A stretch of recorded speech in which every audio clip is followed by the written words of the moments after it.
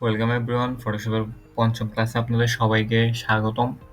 আজকের ক্লাসে আমরা ফটোশপের টেক্সট টুল সম্পর্কে জানবো। আমরা প্রথমে ফটোশপে চলে যাচ্ছি।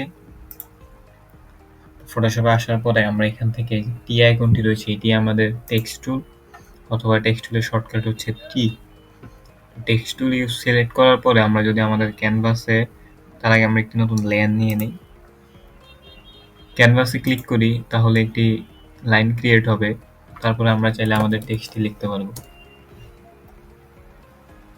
তো আমাদের টেক্সটটা অনেক ছোট, এটিকে বড় করার জন্য আমরা যে টেক্সট লাইব্রেরি রয়েছে এটি সিলেক্ট করে যদি আমরা আমাদের প্রপার্টিস প্যানেল দেখি, এখান থেকে চাইলে আমাদের ফন্ট সাইজ আমরা বাড়াতে পারবো, অথবা চাইলে আমরা যদি টেক্সট লেয়ারটিকে সিলেক্ট করে কন্ট্রোল টি দেই, তাহলে আমরা চাইলে আমাদের টেক্সট লেয়ারটিকে বড় ছোট করতে পারবো। তারপরে যদি এখান থেকে আমরা আসি ক্যারেক্টারে, সেখান থেকে চাইলে আমরা আমাদের টেক্সটের ফন্ট, ফটোশপের ইনবিল্ট অনেকগুলো ফন্ট রয়েছে, অথবা আপনি চাইলে নিজেও ফন্ট ইনস্টল দিতে পারবেন। তারপর ফন্ট সাইজ,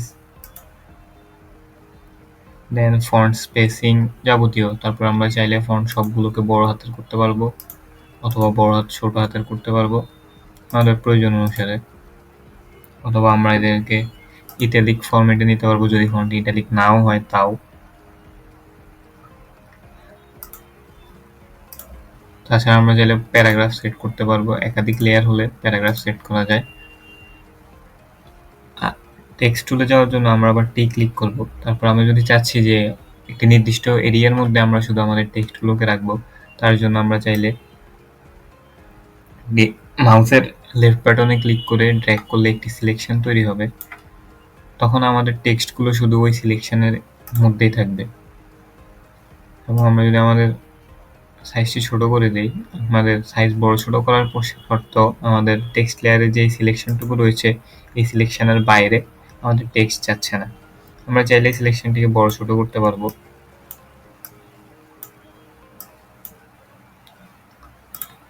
দেন আমরা আমাদের টেক্সটের কালার চেঞ্জ করার জন্য কালারে এসে আমরা এখান থেকে চাইলে আমাদের টেক্সটের কালারও চেঞ্জ করতে পারবো। তো আমরা এটিকে আপাতত হোয়াইটই রাখি, ব্ল্যাক।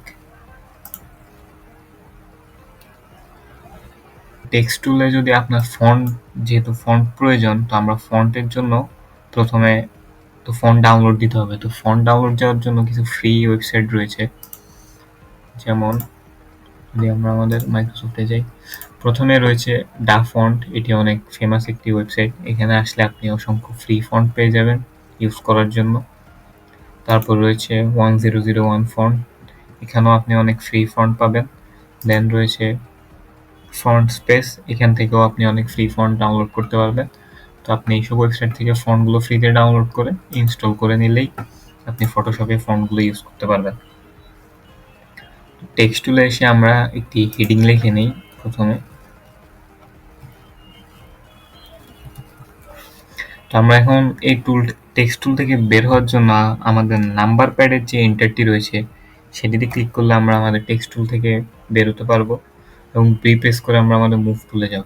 আমরা জুম করে নেই আমাদের হেডিং এর উপরে। তো আমরা যদি ক্যারেক্টারসে আসি, প্রথমে আমরা চাইলে যদি একটি ফন্ট সিলেক্ট করে নেই, প্রথমে যেমন ওসওয়ার্ড, এটি একটি ফ্রি ফন্ট। তো আমরা প্রথমে ফন্টটি সিলেক্ট করে নিলাম। আমরা চাইলে ফন্টের ওয়েট চেঞ্জ করতে পারবো। তো আমরা বোল্ড, সেমি বোল্ড, বা আমরা রেগুলারই রাখি। তো এখানে একটা কথা আছে, আমরা যখন ওসওয়ার্ড নেব এটি আসলে একটি ফন্ট ফ্যামিলি, এবং যখন এখান থেকে আমরা ফন্ট ফ্যামিলি বা ফন্ট ফেসও বলে অনেকে, আমরা যখন এখান থেকে ওয়েটগুলো সিলেক্ট করব তখন এক্স্যাক্টলি একটা ফন্ট হবে। এর আগে এটা শুধু ফন্ট ফ্যামিলি বা ফন্ট ফেস হিসেবেই থাকে, অথবা টাইপ ফেস যাই বলা হয়। তো আমরা এটি লেখার পরে চাইলে আমাদের যেহেতু সাইজ বড় ছোট করতে পারবো, আমরা এটি আপাতত 36 এ রাখি। দেন রয়েছে আমাদের স্পেসিং, হাইট, এটি দিয়ে আমরা চাইলে দুইটি যখন লেয়ার হবে, এখন যেহেতু এখানে একটি লাইন তো এখানে চেঞ্জ হচ্ছে না, তো আমরা যদি আরেকটি লাইন নেই, টেক্সট লেয়ার উপর ডাবল ক্লিক করলে আপনি টেক্সট লেয়ারের ভিতরে যেতে পারবেন। আবার আমরা হেডিং লিখে এবং এন্টার ক্লিক করে আমরা বের হবো। তো এখন যদি আমরা এখান থেকে বাড়াই তাহলে দুইটি লাইনের মাধ্যমে স্পেস বাড়বে, এবং যদি কমাই তাহলে এটির স্পেস কমানো যাবে। আমরা চাইলে নিজেদের মতন করে লিখেও বাড়াতে কমাতে পারবো। তো আমরা এটিকে আবার অটোতে রাখি। তারপর রয়েছে টেক্সটের হাইট। আমরা যদি হাইট কমাই তাহলে টেক্সটের হাইটটা কমতেছে, এবং যদি হাইট বাড়াই তো হাইটটা বাড়বে। তো আমি হাইট বাড়ানো কমানোর জন্য জাস্ট আইকনের উপরে এসে দেখলে একটা আমাদের স্লাইডের মতন তৈরি হচ্ছে। তো এখানে ক্লিক করে ডান বাম করলে হাইট বাড়ানো কমানো যাবে, এবং এটি প্রত্যেকটির জন্য একই।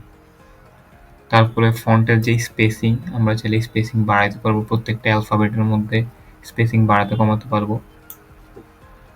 দেন রয়েছে প্রত্যেকটা অ্যালফাবেটের ইন্ডিভিজুয়াল স্পেসিং। এখান থেকে চাইলে আমরা প্রত্যেকটা ইন্ডিভিজুয়াল ফন্টকে স্পেস বাড়াতে এবং কমাতে পারবো। তো আমরা এগুলোকে আপাতত 100% রেখে দিই, এটা আমাদের ডিফল্ট,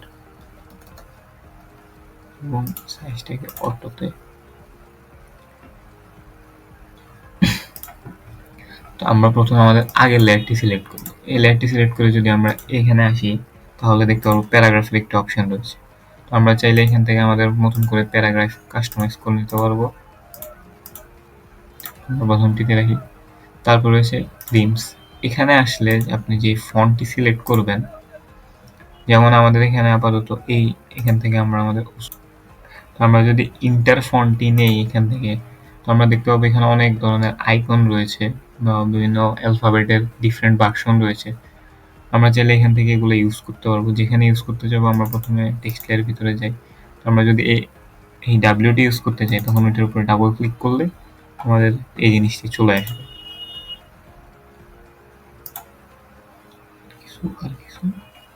দেন আমরা যদি আমাদের টেক্সট লেয়ার উপরে রাইট ক্লিক করি তাহলে আরো কিছু অপশন আসবে, যেমন এখান থেকে আমরা ভার্টিক্যালি টাইপ করতে পারবো। তখন আমরা হরিজন্টালি টাইপ করছিলাম। তো আমরা ঠিক এইভাবে যদি সিলেকশন দেই তাহলে আমাদের টেক্সটগুলো উপর থেকে নিচের দিকে আসবে।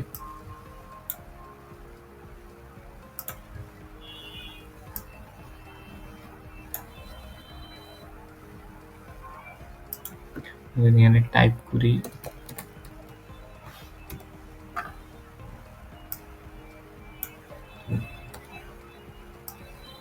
তো এই ছিল আমাদের টেক্সট টুলের ব্যবহার।